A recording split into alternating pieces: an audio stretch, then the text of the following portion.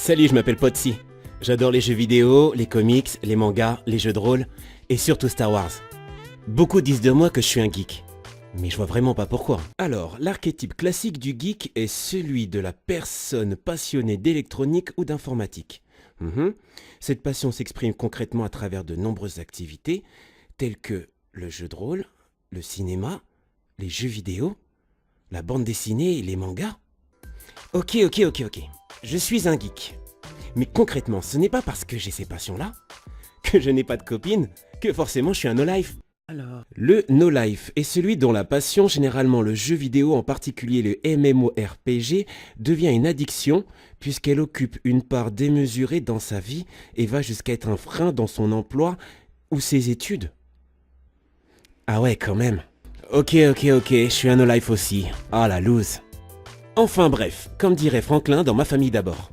Les Sweet Vibes de l'émission Sweet Case TV Show m'ont demandé de faire des rubriques sur les univers que je préfère. Il est vrai que j'ai certaines connaissances dans ce domaine. Je vais souvent dans les magasins de comics et de mangas. Je squatte internet et la télévision. Je fais du jeu de rôle. En gros, ils ont trouvé la bonne personne. Un geek et un no-life. Eh, Potsy, ça va ou quoi? Tranquille? Salut Jean Ousmane, ça va? Ouais, tu fais quoi là? Ben là, je suis en train de faire une vidéo. Sérieux? Ouais. Franchement, ça déchire et franchement, on est sur internet et tout. Ouais, sur internet là, ouais, c'est ça. Tranquille, trop bien ça. Mais c'est mon comics ça. Ouais, ça? Là? Non, c'est pas le tien. Mon Batman numéro 50. Je t'assure que c'est pas le tien.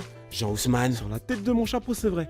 Je sais que c'est le mien, je l'avais marqué. D'accord, ok, je vais juste le remettre là-bas, t'inquiète. Ouais, c'est ça, ouais, c'est mieux, ouais. Aujourd'hui, on va parler des comics, la bande dessinée américaine basée essentiellement sur les super-héros. Il faut savoir qu'il y a deux maisons d'édition qui prennent la plus grosse part du marché.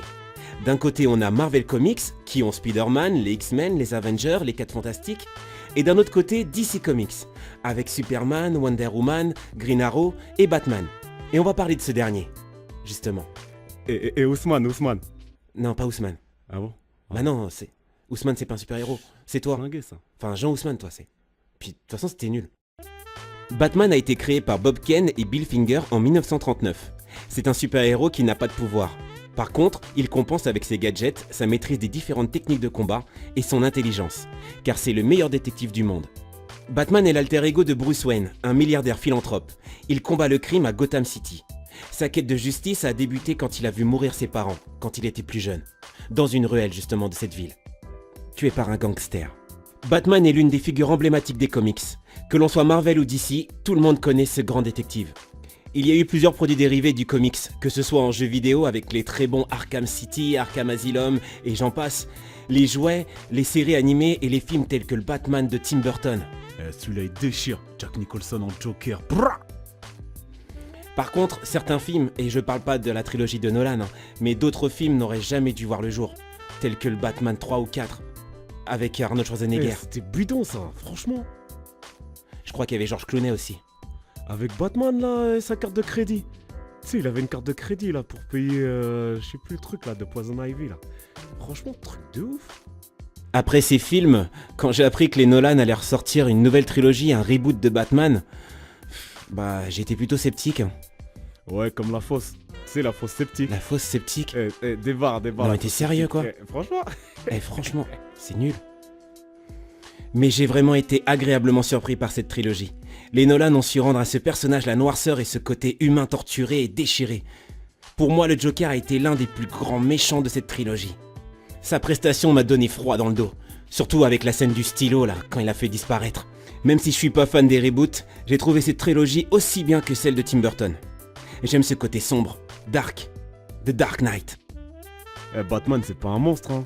Même si on dit homme chauve-souris, c'est pas une chauve-souris. Enfin, ouais, je crois quoi. Enfin, il fait bien sombre ici aussi. Il fait nuit là d'un coup là. J'ai peur. Bref, je vous invite à en connaître un peu plus sur ce personnage riche en histoire, ainsi que sa Bat Family, tels que Robin, Nightwing, etc. Quant à moi, je vous dis à une prochaine sur ma page Facebook ou YouTube. Allez, je retourne dans ma Batcave.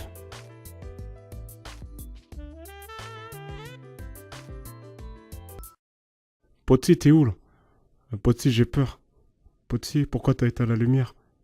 Potsy.